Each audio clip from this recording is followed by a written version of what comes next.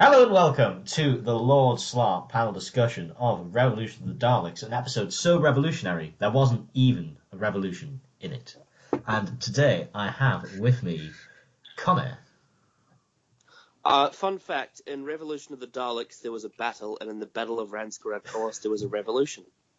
Well, I mean, he's just got his titles mixed up. You see, this is the problem with a 5-year plan. You just get the titles of your episodes mixed up, and forget to give the characters any character as well. You know, it's a common mistake. Although, the Battle of the Daleks definitely sounds like the most Chibnall episode ever. Oh, that's essentially what this was. And also we have Will of the Maddox from Twitter and YouTube fame. Maddox Productions 1, Your Boy Maddox, etc., etc. I don't know if our other video would have come out by this point, would it? No, it was going to go up this weekend, but then I remembered, oh yeah, I've got a panel discussion that goes up. So it'll be out next weekend. So I go on about how that's his debut, but it's not. Yeah, this is my debut. Hi. And we also have Jack. Hello. I'm Hi, here Jack. to offer some token resistance to the bashing on the episode. Yeah, but you're not like much. on Fox News, how they kind of find the craziest person with an alternate opinion to what they have to discredit the other opinion, but still say they're fair and balanced. That's what you are, Jack.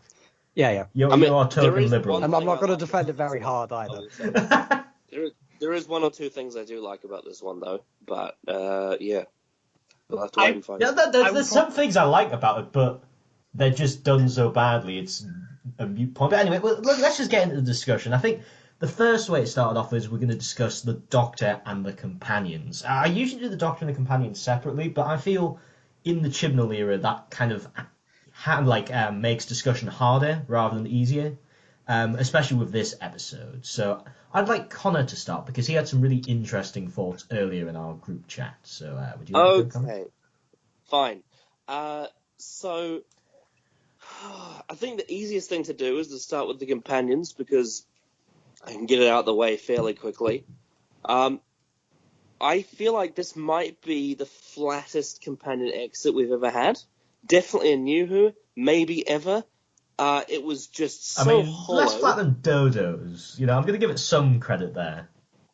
Yeah, although to be fair, at least I found that quite funny. Whereas this, I filmed a reaction video to this episode, and by the time this video comes out, it'll be on my channel, so go check that if you want. But I completely edited that whole scene out because I just didn't react. I was just sitting there with nothing to say. Because literally, it's just the most predictable ending for Ryan and Graham you could possibly think of. It's derivative of other scenes. It's just, there's nothing to it. It's completely hollow. These characters they're just fucking cardboard. I don't understand why obviously, if people really enjoyed these characters, fine, but I just don't get it. I don't get how you could get invested in such boring characters and how you could feel emotional about them leaving, because literally there's just bullet points. Like, what do we know about Ryan? He's a bit cheeky, he has dyspraxia, and his grandmother's dead. And that's it. That's all we know about him.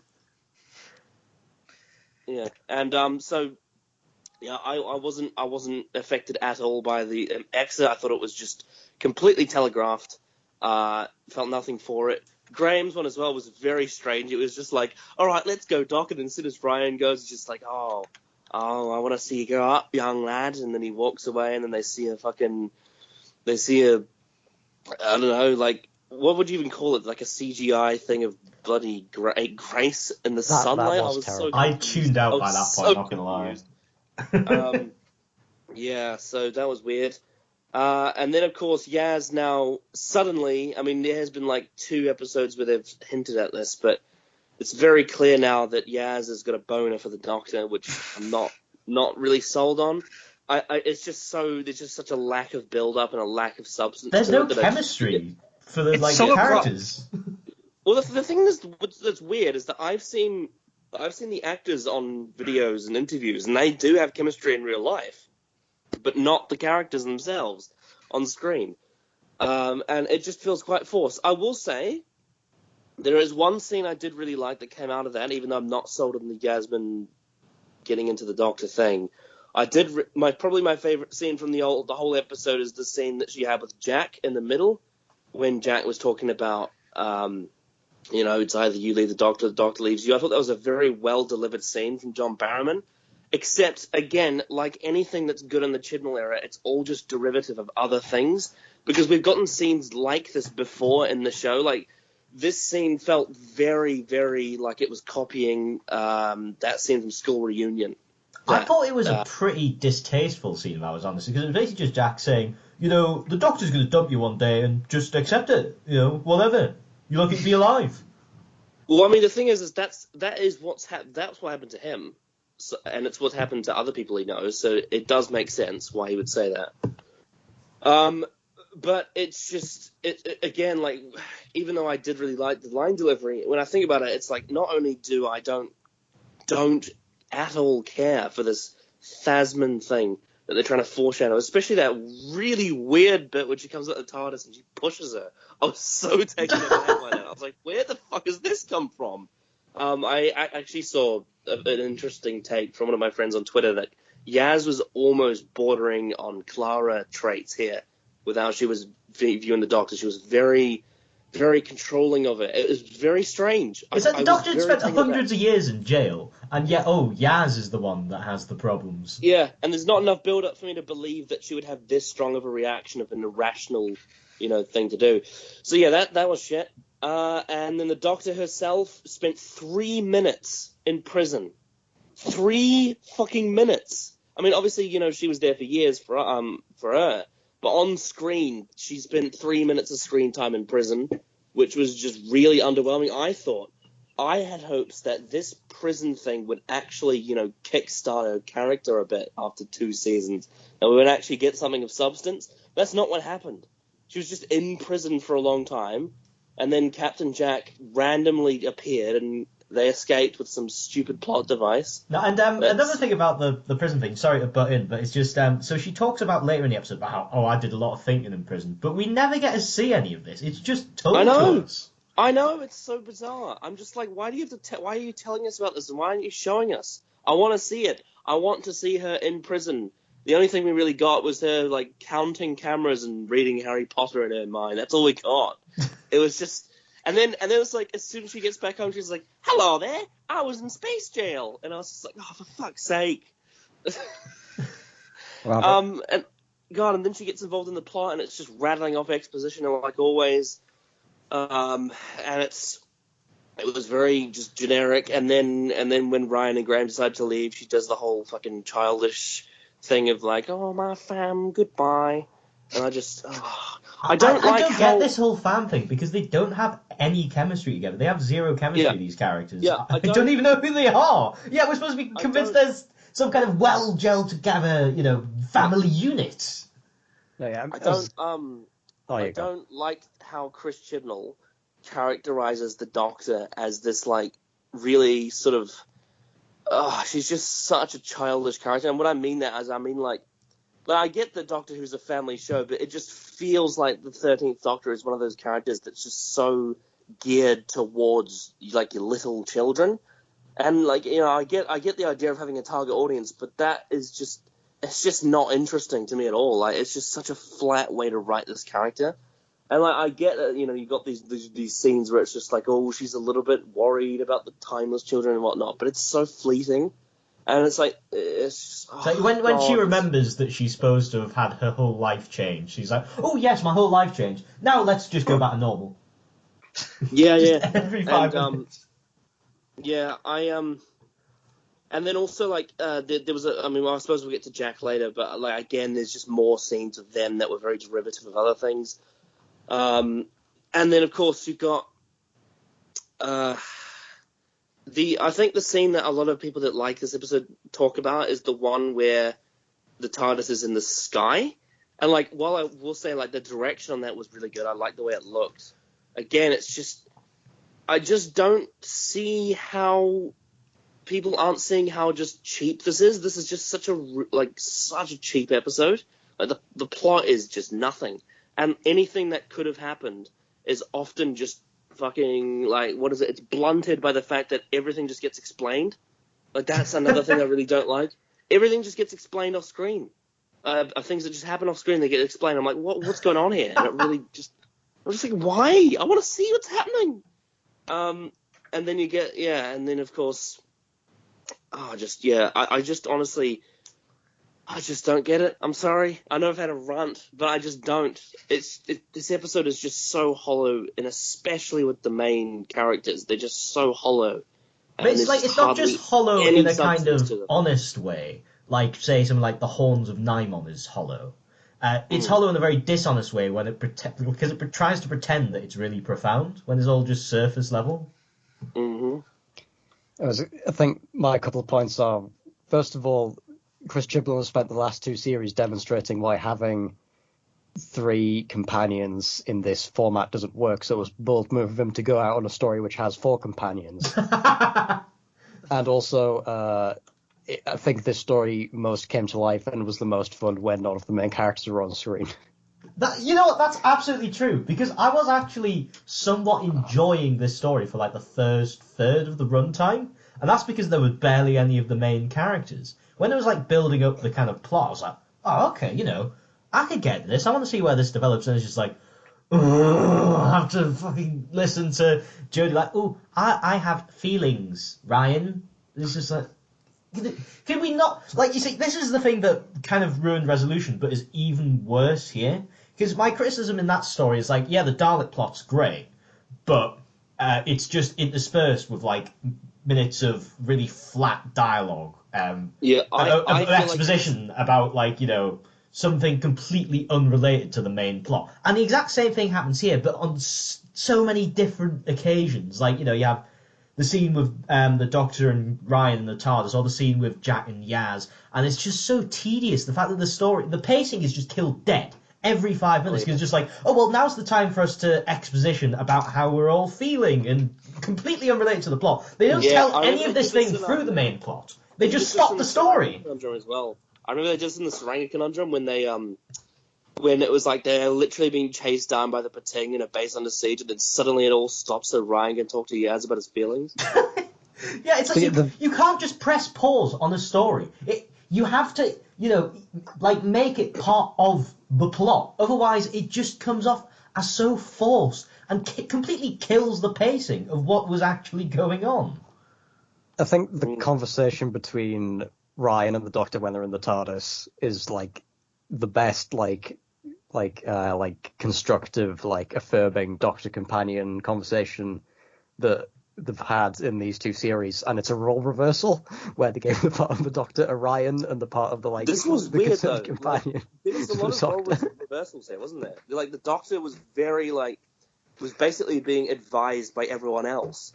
And I was like, okay. This is very strange, and I don't know why it's happening. But okay. I know why it's happening is because Chibnall's trying to get across that the Doctor is now unsure of themselves because the timeless children revelation. But it's all just surface level. It's all just like, oh, I'm gonna ask for advice now.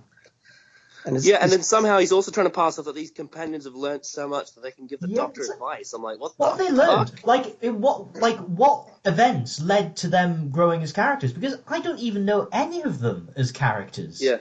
You know what's so funny, though, is that you get that scene with Graham where he's like, I've loved travelling and seeing these worlds and adventures. I'm like, most of the time, you're not. Like, most of the time, you're not really enjoying it. Like, there's that one bit in Orphan 55 where he's about to sit down and have a drink, and then it gets all interrupted. I'm like, I don't really see what you're saying, Graham, about, like, why... I mean, it's like, it's... Again, well, my headcanon on that is that we don't see most of the Doctor's adventures. And most of the time, they just go and, like, have a relax or go on a walk. At least, if you're gonna say that line, you should at least have some on stream where it makes sense, RTD was good at doing, giving the sense that the Doctor and companions were in between more relaxing adventures in a way which Moffat and Chibnall have never quite got the hang of. I think Moffat did it a little bit with Smith, I think, but I don't remember it as well.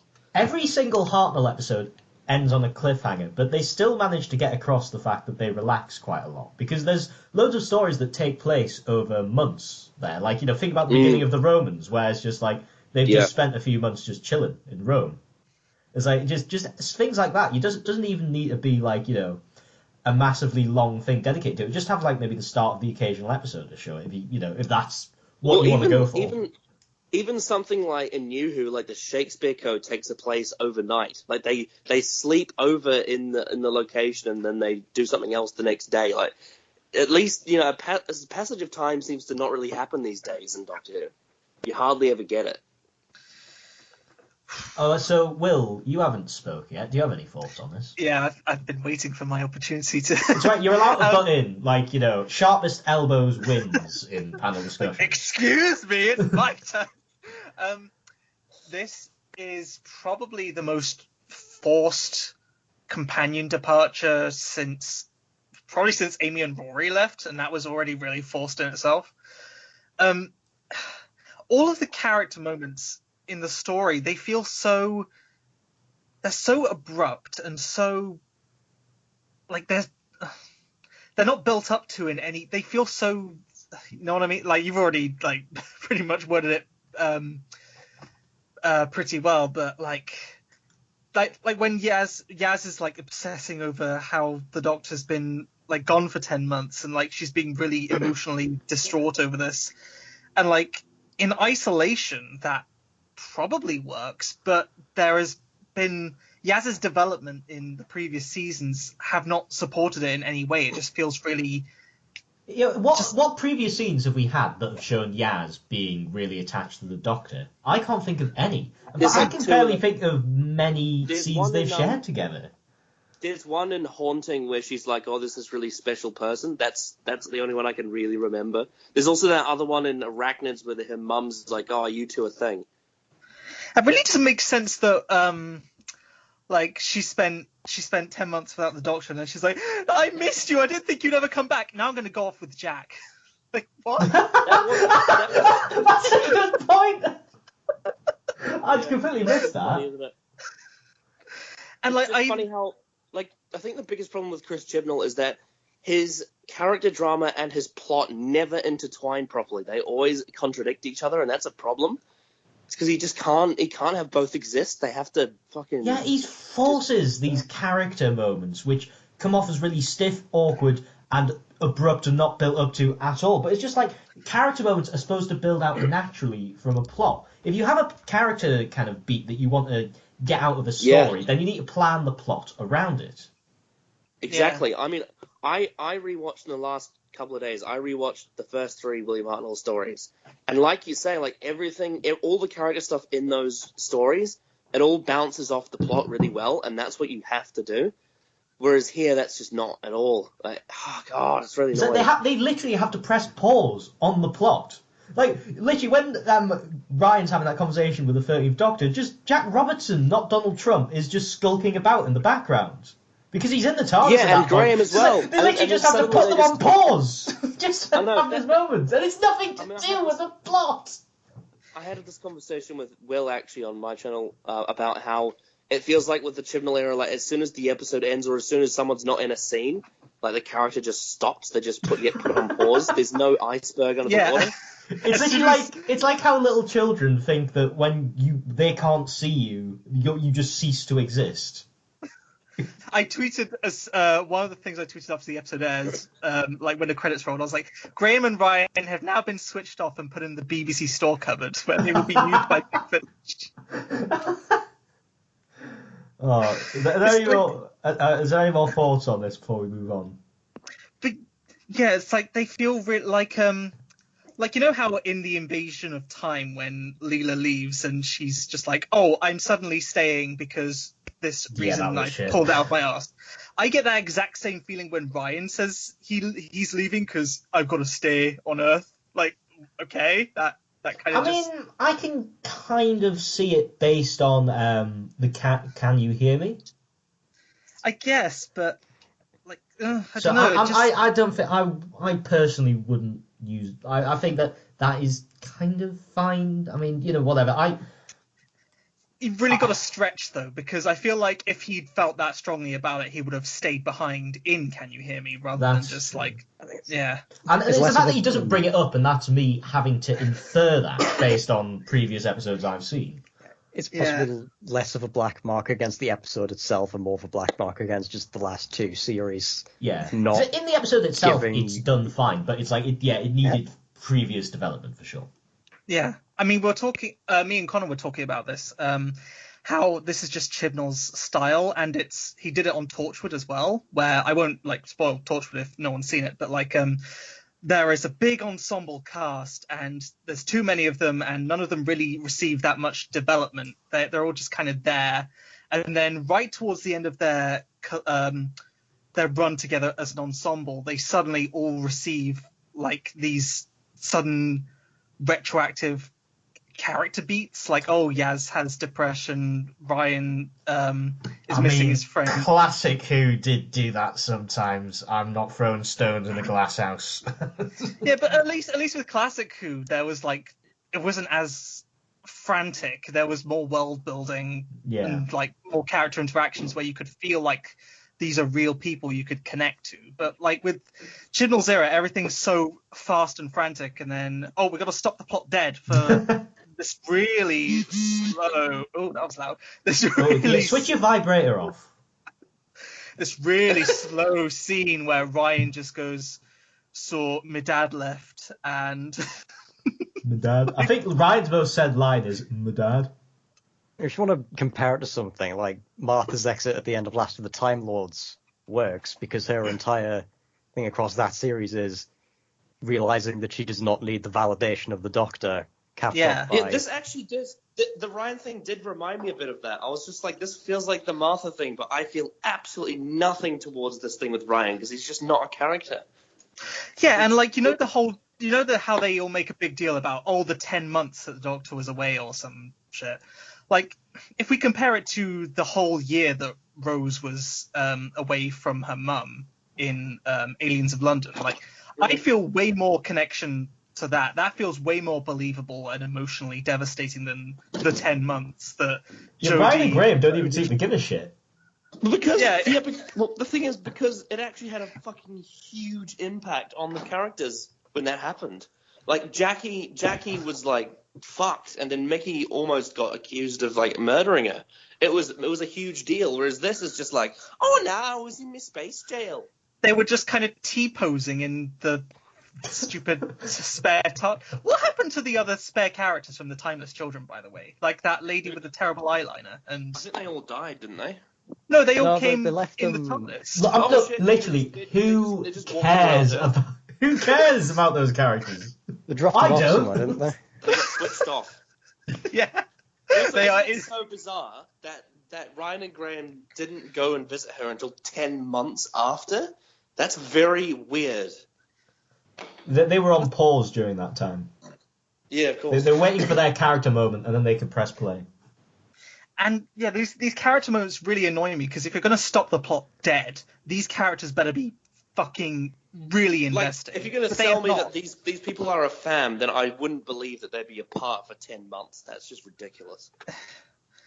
Yeah, and it annoys me that they stop the plot dead for these moments because the actual plot of the Daleks plan, which we're probably moving on to now, is so it seems genuinely interesting, and it plays out like a Cliff Notes version of what it should be. You know what I mean? I mean, it's basically a bullet point version of Blood of the Daleks without any of the substance, and it cuts out all of the interesting stuff. Let's move on to the plot then. Now that we've started talking about, are we doing Captain Jack here? We'll save him. Captain Jack was a companion, so you've missed. I mean, we can go back to companions quickly. There's nothing to say. There's nothing to say. He barely featured in the episode. He was literally just there for the trailer to get people to watch out of nostalgia. I was quite disappointed because I love Captain Jack, and I thought he was just fine. He was just okay. He doesn't belong in this era. He's a sad because Jack is usually one of the highlights of the story when he's on Doctor Who, and in this one he was just. Ugh. Yeah, I think you're actually quite right with that, Jack. He did feel like a square peg trying to be put in the round hole because he felt so out of place. He didn't really have any chemistry with anyone. When he and the Doctor met up, it was very okay, and they just parroted lines from the Russell T Davies. Also, I had you're not so strange. Jack is immortal, and he was in a Dalek story, and yet they didn't kill him. That's so bizarre. Like, you'd think that they would. I'll never forget that really awkward line where he's like, "Oh, did you know I'm immortal? Partially because of like Rose. Do you know? Remember Rose?" You find that so bizarre how it's like it's such a Chibnall thing. It's like rather than having him be shot and wake up to show that he's immortal, they just have him fucking say an exposition. I can't think of anything more Chibnall than that. Yeah, it's like, what was wrong with just showing it? Like, would be such an easy thing to show. It would take just as much time, pretty much. Exactly. There's that moment in Utopia when he's dead, and then he wakes up and Martha gets a fright. Like, that's great. You should have done that. But no, they just have him say, "I'm Captain Jack Harkness, and I'm immortal." And it's and here is the list of my character traits that I have. I'm back for some reason. Yeah, I feel totally so out of place in this era. Anyway, so I'm just like, what the hell? This guy's gonna bolt. For the sake of time, I am going to have to move us on to the plot now. So, Jack, you can start on this one. I very much enjoyed this hard-hitting documentary about the Conservative Party's new law enforcement policy. I mean, it was, I wish that's what it was about, but that plot point was pretty much ditched about a third of the way through the episode. I mean, it was fine. Like, there was some people getting involved in something they shouldn't, and then trying to make money off it, and then it blows up in the face, and then the government tries to deny that there's a crisis, which I think is just possibly even more relevant now than it was when the script would have been written, and then the Doctor uses the power of racism to defeat all the Daleks again. I mean, she did that with. Oh yeah, she is. She Jodie Whittaker uses the power of racism more than any other Doctor, even Hartnell. Yeah. The plot, like. Jodie Whittaker is the most racist Doctor. I'm just saying it right now. The plot is very interesting in concept, but it's so bare bones. Like, it just has all these elements that just kind of disposes of, like, doesn't really do anything. Like the political thing of like, oh, that lady whose name I can't even remember, she becomes prime minister, and like we have these new drones, and like they show like a 1 minute segment of, oh, they are now in our airports and in our whatevers, and for some reason that just doesn't feel really as like. No, I'll tell you what's wrong with it, Will, because I think I have my finger on this one. It's because basically it's setting up this really interesting kind of social commentary about, the surveillance state and brutality, and and having all of these violent methods of enforcing certain things. So there's some potential there. There's some potential to tell an interesting story about over policing. But we don't get to see any of that. We don't get to see how having the Daleks there, well, not the Daleks, but the empty shell of the Dalek, how that actually impacts daily life. Like, we see it just standing there, but everything just goes on as normal until they start killing people. So it's like, if you're going to do an interesting social commentary, which honestly I don't think Chibnall was even trying to do, but that's where it should have went. That's where the plot should have went. It should have been like, right, we're going to. This one, it technically has the Daleks in, but they're not actually the Daleks. And we're more doing this kind of social commentary, and maybe you could kind of link it out to like, oh, we're not so different from the Daleks, blah, blah, blah, even if it's a bit cheesy like that, it could. There is the legs there for a plot to work, and they spend all this time building up, only just to completely abandon it a third of the way through the episode, and decides, all right, now we're just going to do a crap version of Blood of the Daleks, meanwhile ramming in as many character moments as we can manage. Yeah. Imagine if it had been structured as the Doctor, and obviously I think it wouldn't fit into like the exact story that they wanted to tell, but the Doctor and companions arrive in a Britain where the Dalek drones are already everywhere. Yeah, wouldn't that be so much more interesting? Like, they land in Gatwick Airport and they go up through, like, just like Faceless ones, go through, the passport control, only see there's a Dalek there. And then it's like, what's going on? They've been there for years. And then you get to explore how this has impacted society. There's potential for a really interesting story there. Except for Chibnall seems to be obsessed with going for the least interesting path possible with almost every story he tells. If you compare it to something like Army of Ghosts, even that does way better exploring the implications. Exactly. Within Oh, the first absolutely. like 10 minutes of the episode, we see like how the ghosts being there impacts the characters. Yeah. And then with Revolution of the Daleks, it's just so matter of fact. It's like, yeah, may I remind whatever. you, there's no revolution.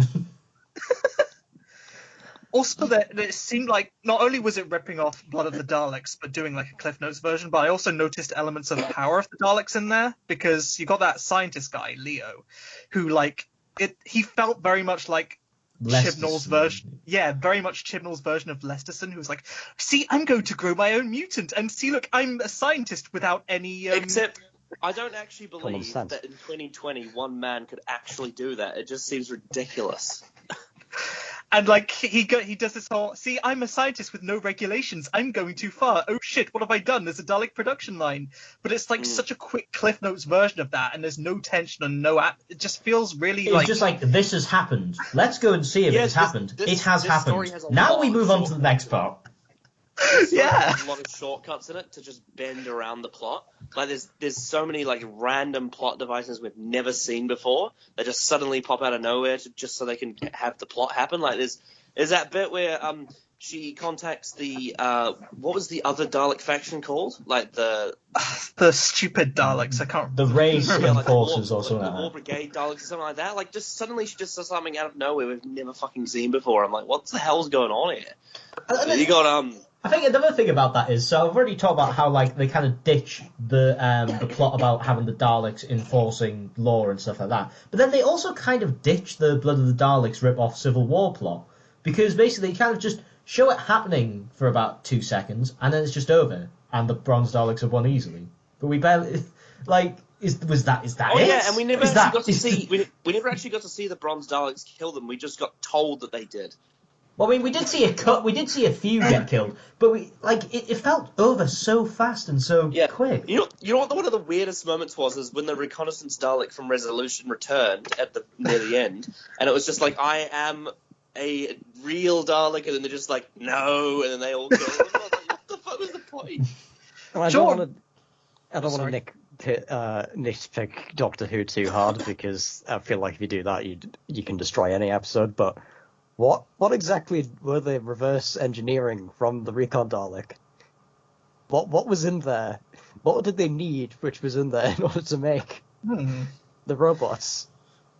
What really disappoints me though is how, like, if you compare it to Well, I mean, it's Resolution, advanced technology. Sorry, but in there, but I just had that thought and it just came out of my mouth. So yeah, go on, Will. Fair enough.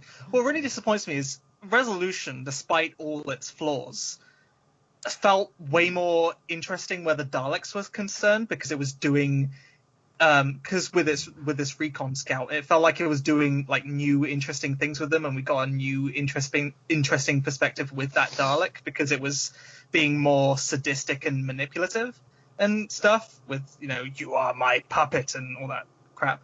But then with Revolution of the Daleks, they just don't have that same level of intrigue about them. It's just really, like, the Daleks themselves aren't particularly interesting in this Dalek story, and that's strange. So considering. how Resolution kind of worked, because I mean, I don't think it was a good episode, but I thought it was an alright episode. There was a great Dalek episode in there, dragged down by the crap subplot, which just killed the tension and pace every 5 minutes. But where that worked was that, unlike most of New Who since RTD left, it was a story that had one idea. It was a good idea with the potential to, last an hour, and they just went with it.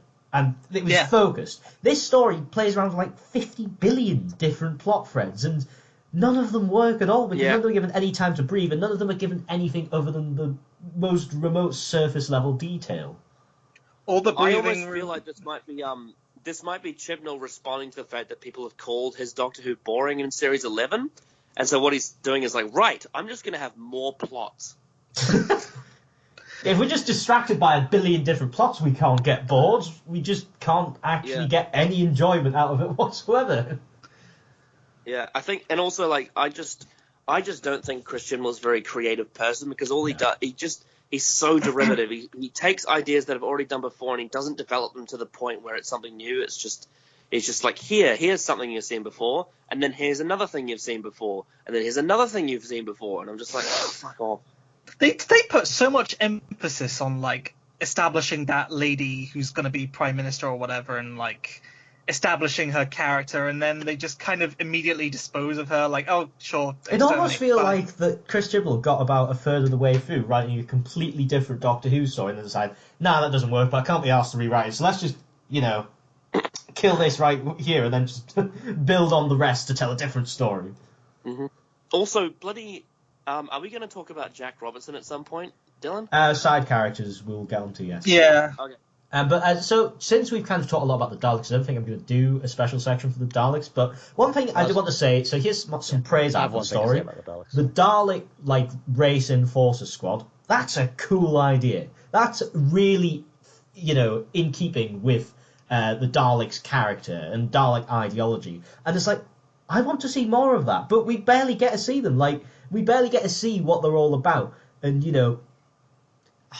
I just feel there was so much untapped potential. They were just kind of like, right, we're just bringing them in to end the plot. We don't actually care that this is an interesting idea. We just need the plot ended in a way that seems clever.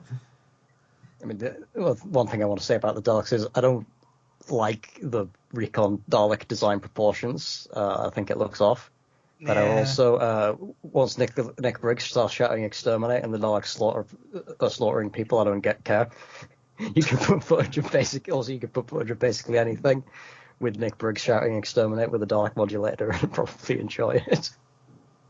That's what saves the episode. I'm going to sound a little bit pretentious right now, but like the episode does look incredible. We're getting onto it. We'll do Okay. it. I always do a token section about the production because basically most of New Who is really well produced apart from in writing. So I always have a section at the end where I say, yes, this part was good. Nobody can deny that. I just want to say that I'm going to sound pretentious because I'm going to say, while it does look amazing, it feels like the actual writing quality was sacrificed in favor of that. Yeah, absolutely. I think Connor actually had a really good point about this. A tweet. Has he gone? No, I'm here. Yeah. So you had a good tweet about this earlier about how much better Doctor Who is when it's made on a budget rather than looking really flashy. Yeah. Yeah, well, because the thing is, like, when you make the show on £2.50 like you did back in the day, it forced the writers to actually captivate the audience because the writing and the actors is all they had. And so it's like you really have to inject a lot of substance into it for it to actually work and for it to actually land because obviously, you're making everything with paper mache and plastic and bullshit like that. So that's kind of the heart of the show for me. That's something that really defines what Doctor Who is the way that it despite its limitations and its disadvantages, it propels it into greatness through having really, really interesting writing and some really fine actors at its core as thrived off when it was made off a really low budget and it forced, the writers to really captivate an audience for it to succeed, whereas these days it just feels like because the production is so good, the writing can just rest on its laurels, and because it knows it's going to succeed. That's what I get from it, and that's kind of the opposite of what Doctor Who is to me. To me, Doctor Who should be on the back foot at a disadvantage due to the production being limited and enforcing creativity, whereas here it's just. I mean, and of course there are exceptions to this rule, like Warriors of the Deep has a shit production and shit writing, and then something like Heaven Sent, I know, Will, you'll probably disagree, but it has a great production and great writing. So there are exceptions, but in the general sense, I feel like Doctor Who being on the back foot is what really sparked its creativity, whereas here it's just the production's expensive, which means that it'll create this sort of surface level layer of entertainment for the casual audience, but then the writing is just lazy and contrived, and there's so many shortcuts, and it doesn't develop properly, and it's just so mediocre. Yeah, because I watched Curse of Paladin before rewatching Revolution of the Daleks for this panel discussion, and Curse of Paladin, it has like a pretty cheap budget. Some of the delegates look pretty crap, but the plot and world building is really good. It's really engaging, and like the characters are like. It says it looks like a giant dick. Sorry, I couldn't. Yeah, But then contrasting that with the Revolution of the Daleks, where sure it looks a million times better, Yeah. so flashy, but the plot It is looks really great, but the script is a giant dick. yeah, like in This comparing episode is bad because it has a giant dick in it. like comparing the plots of those two. I know that sounds like a false equivalence and like a pretentious see classic who's better, but like it feels like there is a world of difference between cheap looking Doctor Who that really goes out of its way to sell you the plot and fantastic movie quality looking Who that just doesn't really care about the plot. It's just like whatever. For me, it's not even just about classic Who, because a lot of people try to tell me, oh, the Chibnall era just isn't your thing. But it's like, the RTD era is something that just isn't my thing. I see what he's trying to do, and I respect the really quality and well thought out writing there. So even though I'm personally not really into the whole thing with Russell T Davies, I can say it's well written. It is good. It's good TV. I cannot even come close to saying about the Chibnall era. Well, I mean, also like you said before, like you said, is that a lot of the RTD era will focus on its ideas and develop them. Not every episode, but largely it does have that quality. Whereas here, something like this, like you said, it's just a bunch of ideas thrown together, and it's just really annoying. Hoping it'll distract us from the fact that there's no substance to any of it. And and it seems to work. Something that's way For most people. I mean, again, it's like I find it so bizarre when someone equates good pacing to was I entertained, because I feel like that's not really what good pacing is. Good pacing is generally supposed to be, does the flow of the story sort of match what's being written?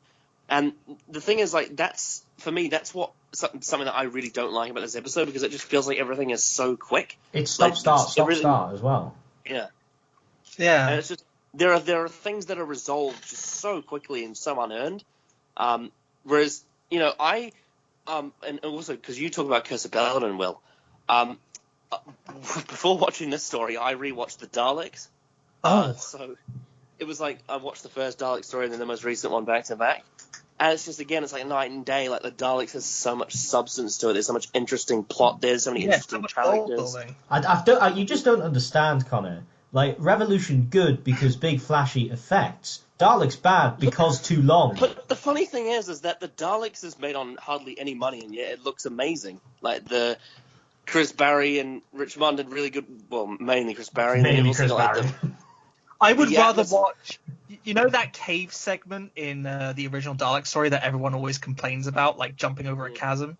I would rather rewatch that because at least Ian and Barbara are interesting. Well, the guy who falls down the crevasse and dies actually has a character for some. He has more character than all of the Chibnall crew, like main characters. Like, I like that episode because I'm invested in this guy who's, unlike, you know, his leader, who has suddenly, through this demonstration with Ian, which was really, really good, has suddenly realized that being a pacifist in this scenario will only get him dead. You've only got this one guy who's full of fear, and it's just interesting because, like, based off the plot, this character is created, and it's really interesting. You're invested in his fear, and then obviously he ends up dying, and it's just like, this is the kind of thing that I wish Doctor Who had, and it just doesn't. It just doesn't have this. Even like the Moffat era occasionally stumbled across having some substance. A lot of the time it was kind of fake surface level substance that didn't go anywhere, but occasionally there was, well, not actually, probably more than occasionally, there was Moffat era stuff with some substance. It often didn't go anywhere that I thought was good, but it did at least have something for me to get my teeth into, even if I didn't like it on the whole. There's nothing to get your teeth into here. Yeah, I had a girl who waited every now and then, or... But, yeah, with this Chibnall era... Waiting good because women wait long time. It's like Chibnall, yeah, he's done... Chibnall's done that now, too.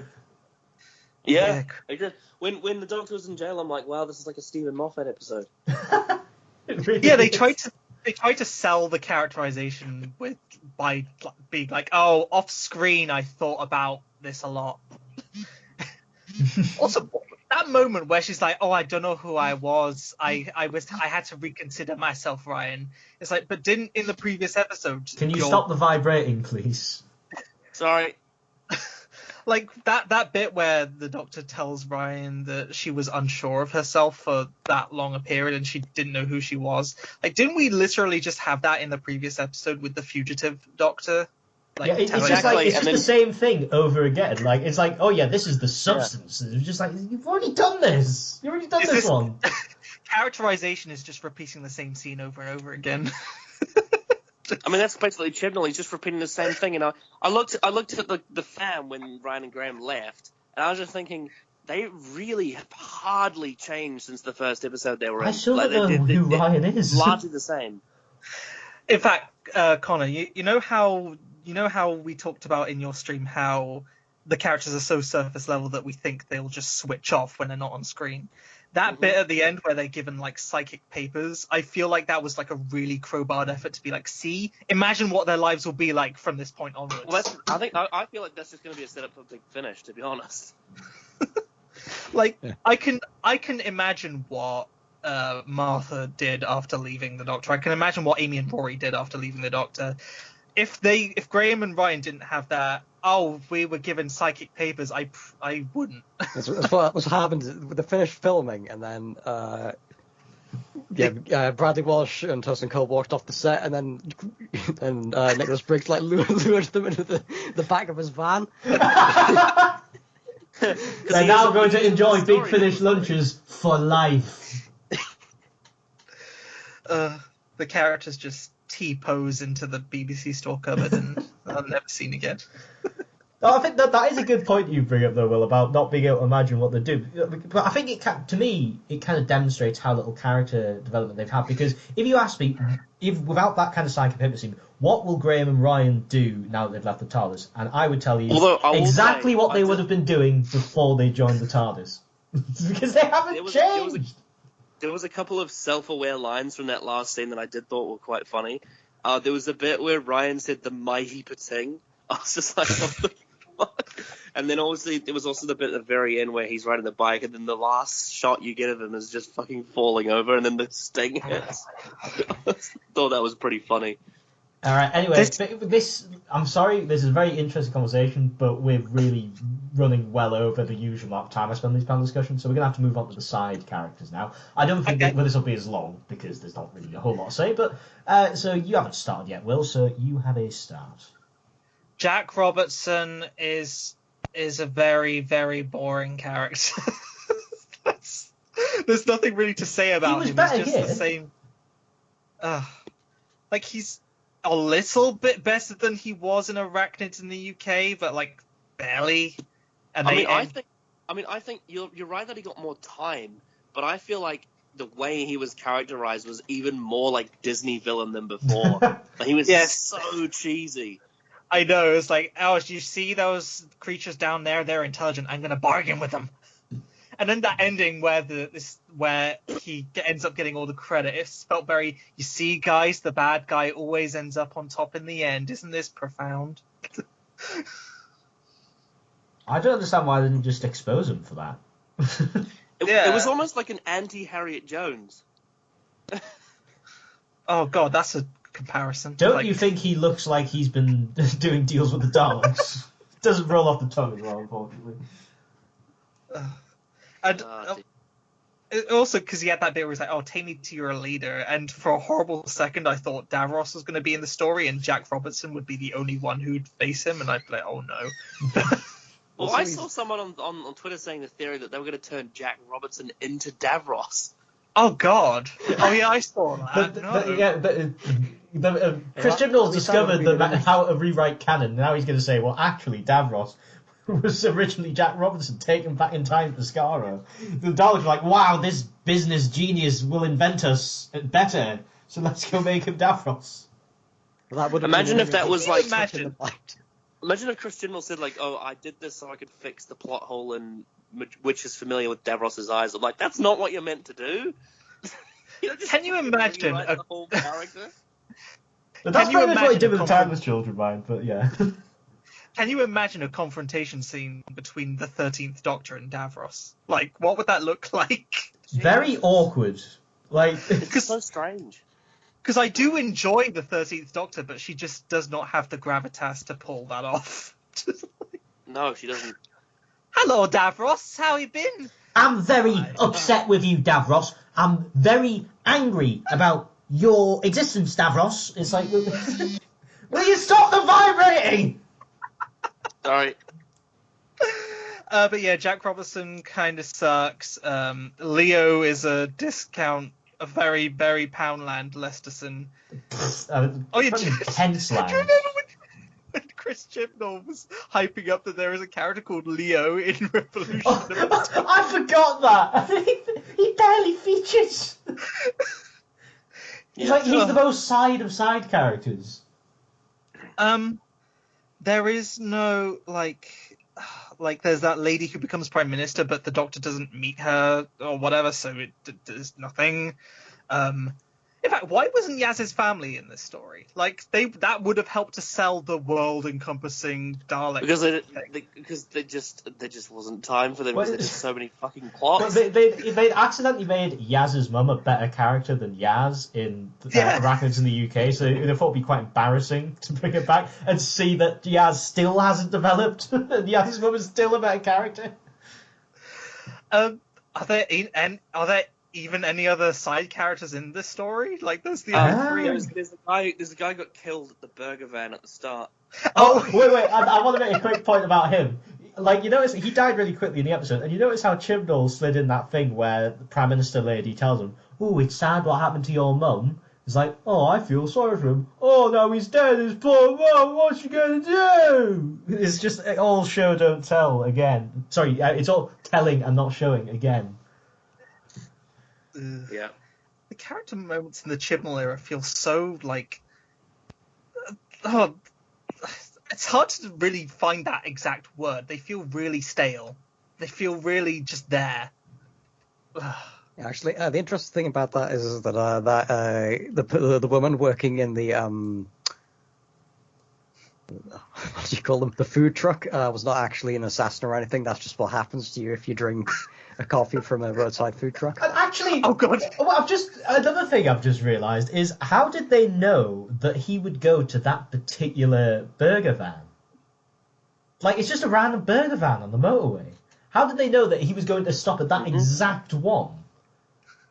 It's funny how... Did they just, like, go along the motorway and murder every burger van person? So the only one was here. And they're like, well, better hope he gets hungry. It's funny because Doctor Who has that reputation of making people fear everyday things like statues or, like, memories and stuff. And there's, like, fear the burger van.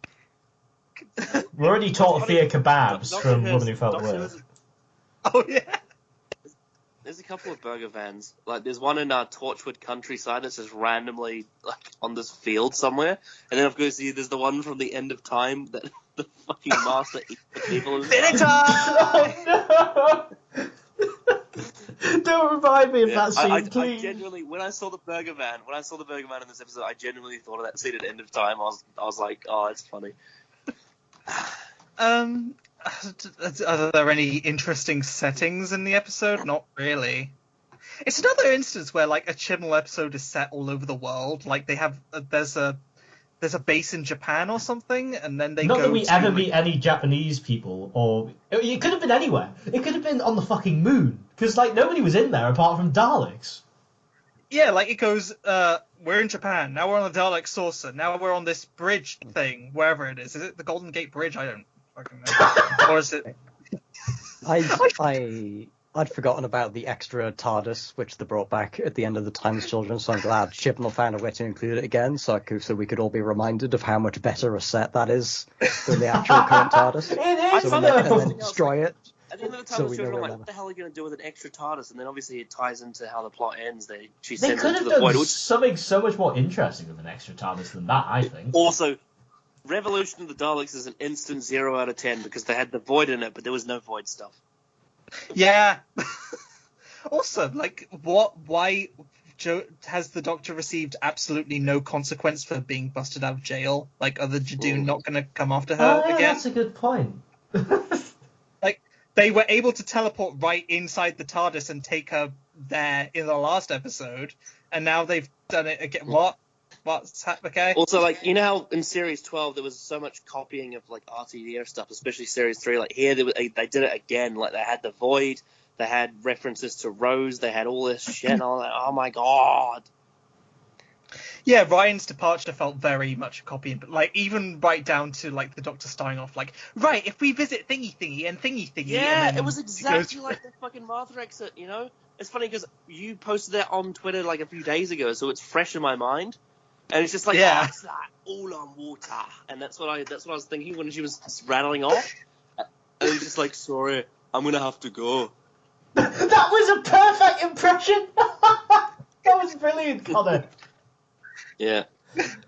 Oh, I can't. Right, so I think we're gonna have to bring this to an end as good as the discussion's been, and I can't believe we've actually managed to talk for this long about such a bland episode. But I think we just had so much to kind of go over in terms of just. I think since the time decision was so long ago, we've had time to rebuild our rage fuel about how bad Chibnall is at writing like plots and characters. Because I was actually really invested in the Chibnall era when it started, but as it's gone on, I've just become more and more cynical and pessimistic about it. And right now, I'm just like, oh god, no. Which for Series 11 was a step in the right direction. It was just so happened that all the stories were crap. But it's like there wasn't anything particularly wrong with the style it was done it, if you get what I mean, like the kind of format and the fact that it was going for a fresh start and all that. That was all good. It was just the fact that the stories were crap. It's just like all you need to do is get in a few good writers, maybe somebody a bit more creative than Chibnall, kind of at the centre of things, and then you could have a good series. But Series 12 just decided, nope, let's press the panic button and go back to just Moffat, but with less character. I fell for the trap of, see, it's not Moffat. Maybe it will get better in the future. And now I'm just, okay, it didn't get better. Shall we, just like the actual episode, mention John Bishop's existence out of context? And then I was just about to say that, yeah. Oh no, don't look at the comment section on the official Doctor Who Twitter. It's full of people complaining that there's a male companion. I'm not joking. People are complaining about the fact that there's going to be another male companion. Yeah, that one half of fandom is complaining about that, and then the other half of fandom is going like, "Oh my god, new companions!" Yeah, it's true. It's like people are complaining about it for stupid reasons, and then people are saying, "Oh, this is going to be great." It's like we know nothing. It's like when I heard that, I was just like, "Whatever." I was like, "Who?" It's like I didn't even know it was like. Even if he's like one of the best actors ever to grace the planet. It's like Chibnall's writing's probably still not going to make him any good, so... Well, it's funny, because in the one scene we saw him in, there's some random fucking plank of wood that's like, have you checked your horoscope lately? It's going to say that you're going to have blue in your future. John Bishop himself doesn't have a single line of dialogue in that scene either, does he? He just kind of turns around and smiles awkwardly. Like, what? Yeah. And... also, that was so abrupt because the credits played and they just cut to that. I was like, what, is this the next program? What?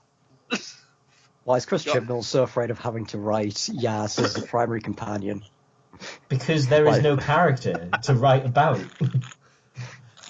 So why is she in the series? Well, the thing is, like, because Bradley Walsh isn't going to be in it, they need another fucking person to stunt cast so that people will keep watching the show. It wouldn't surprise me if John Bishop's inclusion was a BBC decision, not a Chris Chibnall.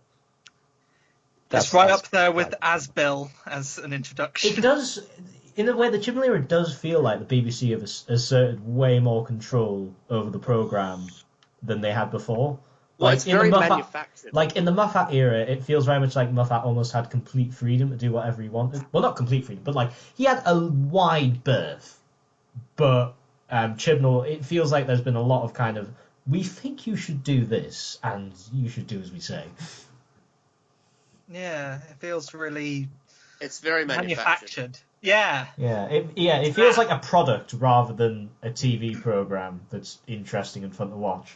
Yeah, which, interestingly, Maddox and I said that was the biggest problem with Series 7, is it felt like a product. Yeah. Like, it's the same thing again.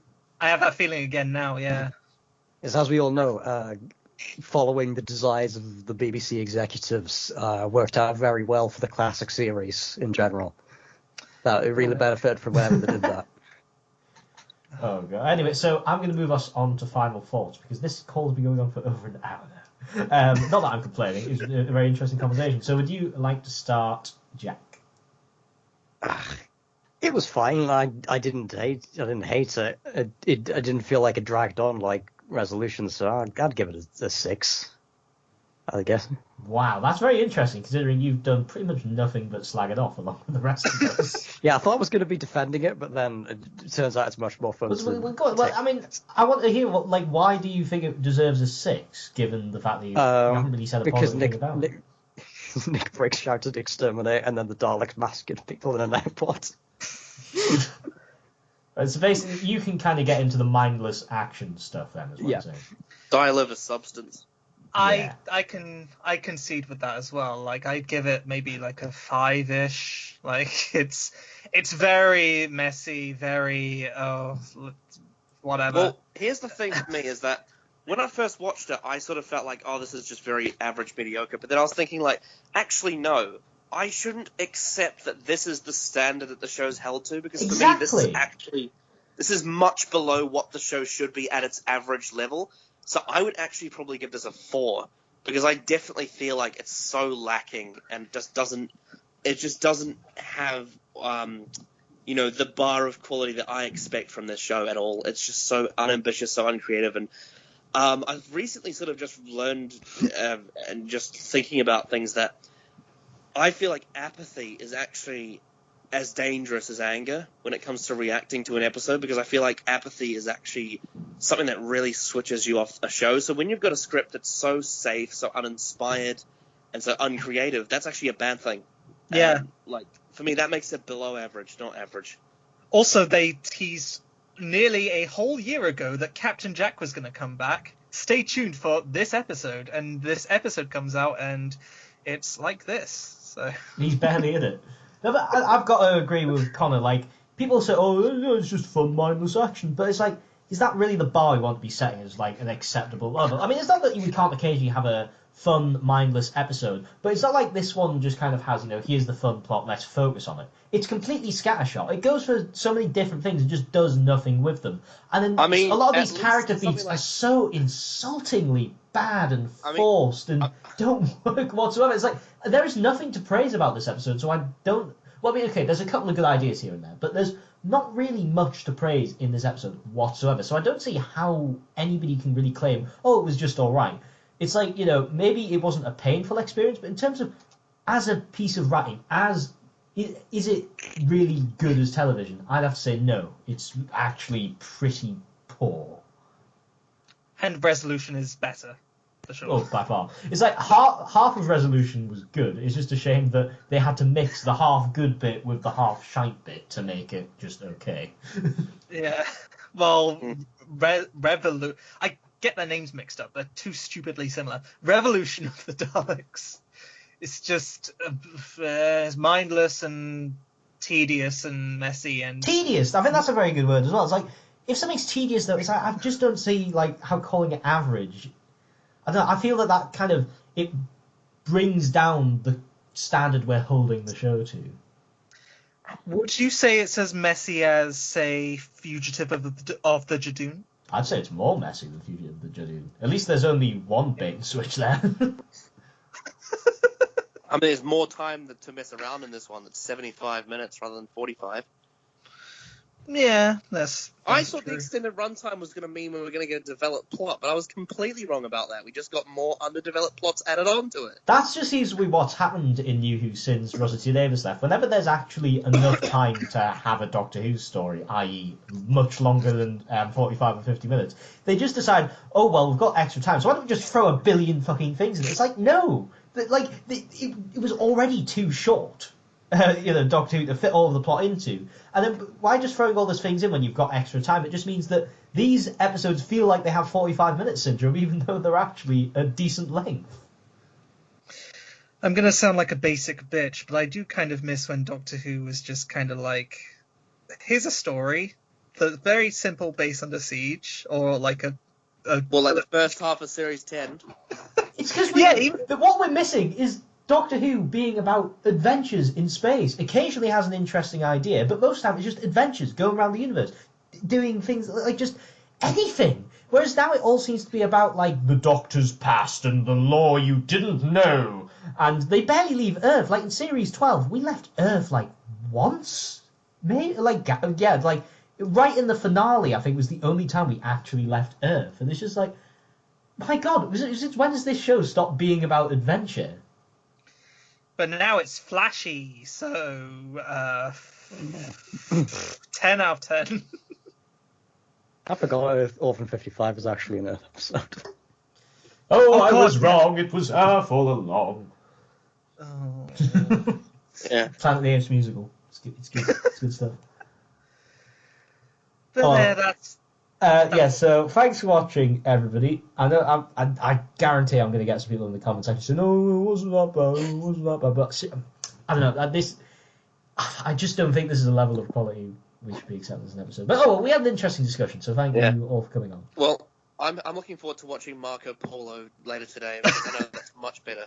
I'm looking And it had forward. way more world building and room to breathe, yeah.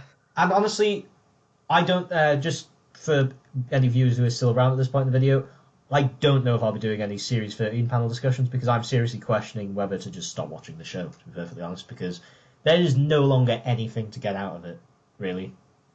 Maybe do Classic Who panel discussions. That could be cool. Yeah.